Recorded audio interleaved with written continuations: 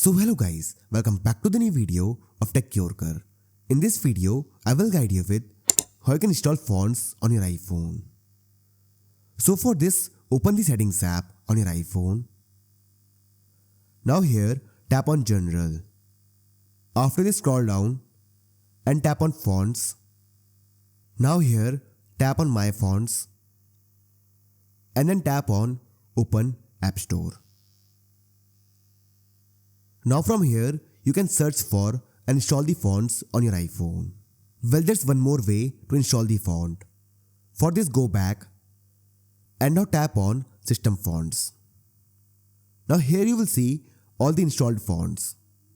And here, some fonts are not installed. For example, this one, and this one. To install the font, tap on this icon next to them. For example, I want to install Arial Black. So I will tap on this icon and this will start installing the font. Wait for a few seconds and the font will be installed. So this is how you can install fonts on your iPhone. So I hope you find this video useful. And if you do, then don't forget to like this video and subscribe our channel.